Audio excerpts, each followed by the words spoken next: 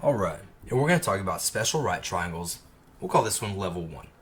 Now, what is a special right triangle? Well, there's actually two types. There is a 45, 45, 90, and this really just kind of denotes the angles. So let's kind of draw it like that. Here is my right angle. Here's a 45 degree angle, and here's another 45 degree angle. And you can write almost kind of like a formula. You can say that these two sides, notice it is isosceles, so where we have an x on one side, the other side we put an x as well. And the base of this triangle will actually be x square roots of 2. Now students typically see this and get very, very nervous or afraid or confused, and I don't want you to think that way. Well, I'm going to give y'all some very easy examples. But first, let's go ahead and also write out our 30, 60, 90 triangle. And remember, these are all in reference to the degrees. So this one looks a little bit different. It'll look something like this, where here the skinny angle will be the 30 degrees, that slightly wider angle will be 60 degrees, and we have our right angle right there. Now here, if I put an X right here, the hypotenuse of a 30, 60, 90 triangle will always be 2 times the length of the base. And we have this third side, which will always be x square roots of 3. Okay, so I told y'all, I kind of want y'all to look at this like a formula chart. So let's say I gave y'all example 1. And in example 1, I'm just going to give you a triangle like this. And yeah, why not? Let's just go ahead and say, you know what, this is 60 degrees and here's our right angle. Now, because one of these is 60 degrees and the other one is 90 degrees, well, check it out. We would know right away that this other one right here must be 30, okay? And let's say I gave you that this side right here was 5 units long. And my question is, how big is that side right there? Okay, well, notice something here. Our hypotenuse is always 2 times x. It's 2 times the length of the short side. So here, this is clearly the hypotenuse. So what's 5 times 2? Well, 5 times 2 is 10. That side is 10. It's that easy. Okay, let's try another one.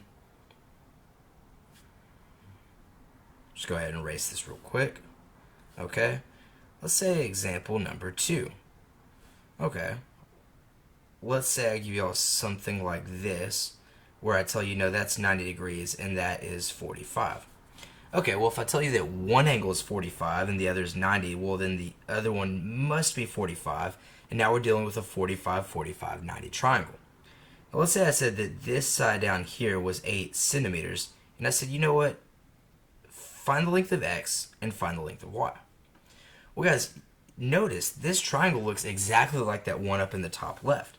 So where we see an x right there and an x right there, it's just saying they're the same number. So this right here, x must be 8 centimeters. So I could say x equals 8 centimeters. Well, what about y?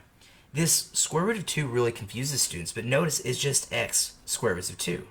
So if our x value is 8, then this must simply be 8 square roots of 2. It's like you literally just tack it on. And so in this case, y would be 8 square roots of 2.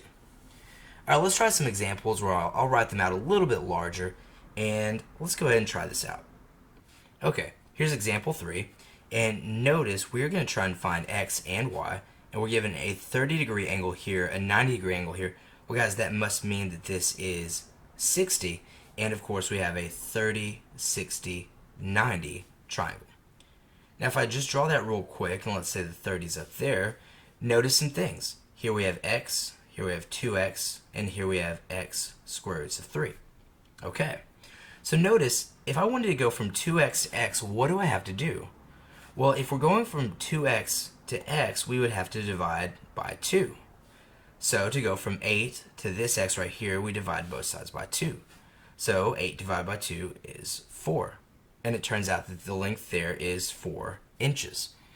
Okay, now what's the rule? Well, when going from x to x square roots of 3, all you do is tack on a square root of 3.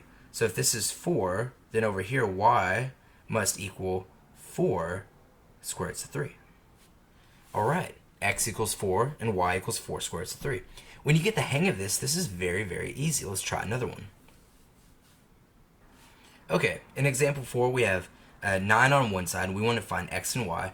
And wait, I see my right angle, and I see a 45. Well, that means this other one must be, in fact, 45. Okay, so we have a 45, 45, oh, 90 special right triangle. And what's the rule for this guy? It's typically going to be drawn like this, so I kind of draw it in its typical orientation. And it's always, saying, hey, if it's a 45, 45, 90 triangle, it must be isosceles, which means that both of those sides must be congruent, and then this base will always be x squared root of 2. So when I look at this, I say, well, this side must be congruent to that side, and so I know that y is equal to 9. Well, how about x? Well, guys, to go from x to x squared root of 2, you simply add on a square root of 2. So x must be 9 square roots of 2. Alright guys, I'm going to do one final one, and then we'll move on to the next lesson. Okay, here we clearly have a 30, 60, 90 triangle. Okay, so we're going to reference our special 30, 60, 90, kind of, let's almost call this like a formula chart. So we know that the short side is x, we know the hypotenuse, the long side is 2x, and the third side is x square roots of 3. Now notice something. In this one, we're actually given the third side here. We're given 3 square roots of 3, and here it's x square roots of 3. And we want to go from here to the short side. Okay, so notice when you go from x square roots of 3 to x, you simply take off the square root of 3. Okay, so x must equal, x must equal simply 3 square roots of 3 without the square root 3. So x equals 3. Okay, well then going from the short side to the long side, well we know that we go from x to 2x, we're simply multiplying by 2, and so 3 times 2 is 6. So x was equal to 3, and y was equal to 6. Alright, I hope this helps, and I'll catch you all in our next video.